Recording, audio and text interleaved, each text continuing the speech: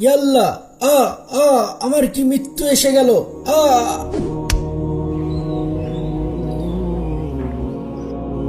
এই লোক জাহান্নামে যাবে।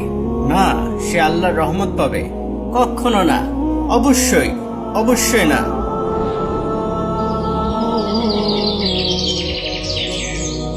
হে জ্ঞানী ব্যক্তি, আমি 99টা খুন করেছি।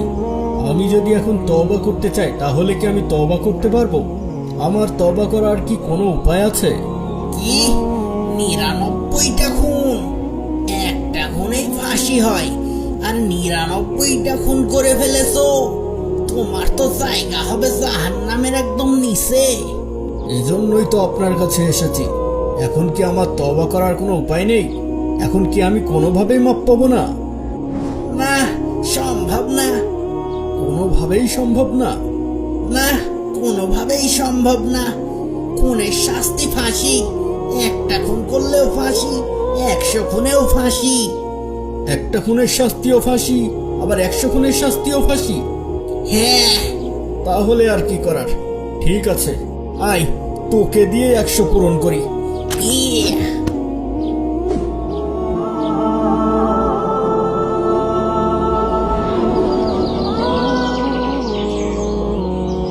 এই যে ভাই, আমাকে একজন জ্ঞানী লোকের সন্ধান দিতে পারেন যে আমার প্রশ্নের উত্তর দিতে পারবে?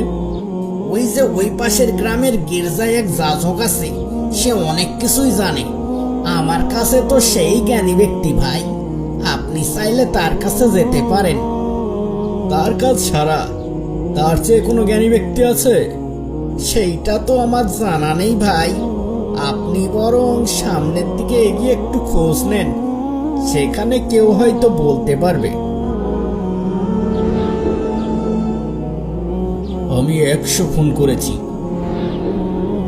একটা খুনেই নরক নিশ্চিত। আর আমি করেছি 100 খুন। আমার আর মাপ পাওয়ার কোনো আশা নেই।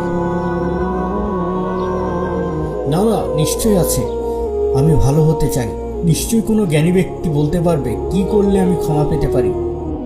এখন কোথায় গেলে যে আমি একজন সত্যিকার জ্ঞানী ব্যক্তির দেখা পাবো, যে আমাকে উপায় বলতে পারবে, যে বলতে পারবে কিভাবে তওবা করলে আমি মাপ পাবো?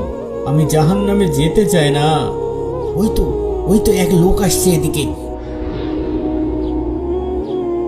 তাকেই জিজ্ঞাসা করি, যদি কোনো জ্ঞানী লোকের সন্ধান দিতে পারে। এই যে ভাই, এই যে ভাই, আমাকে একজন জ্ঞানী ব্যক্তির সন্ধান দিতে পারেন? সবাই তো নিজেকে জ্ঞানী ব্যক্তি মনে করে। না না, আমার একজন সত্যিকার জ্ঞানী ব্যক্তির সন্ধান দরকার, যে আমার প্রশ্নের সঠিক উত্তর দিতে পারবে। হ্যাঁ হ্যাঁ, আছে তো। ওই যে পাশের গ্রামের পরে আর একটা গ্রাম আছে, ওই গ্রামে এক লোক আছে যে কিনা এক খোদায় বিশ্বাস করে। আশেপাশের সবাই তাকে জ্ঞানী ব্যক্তি বলে। তুমি চাইলে তার কাছে যেতে পারো, সে হয়তো তোমার প্রশ্নের উত্তর দিতে পারবে।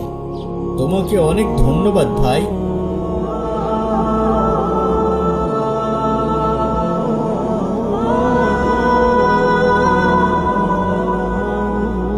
এটাই তো সেই ব্যক্তিটার বলে দেওয়া গ্রাম। এখন ওই জ্ঞানী ব্যক্তির বাড়িটা কোথায় কিভাবে বুঝবো?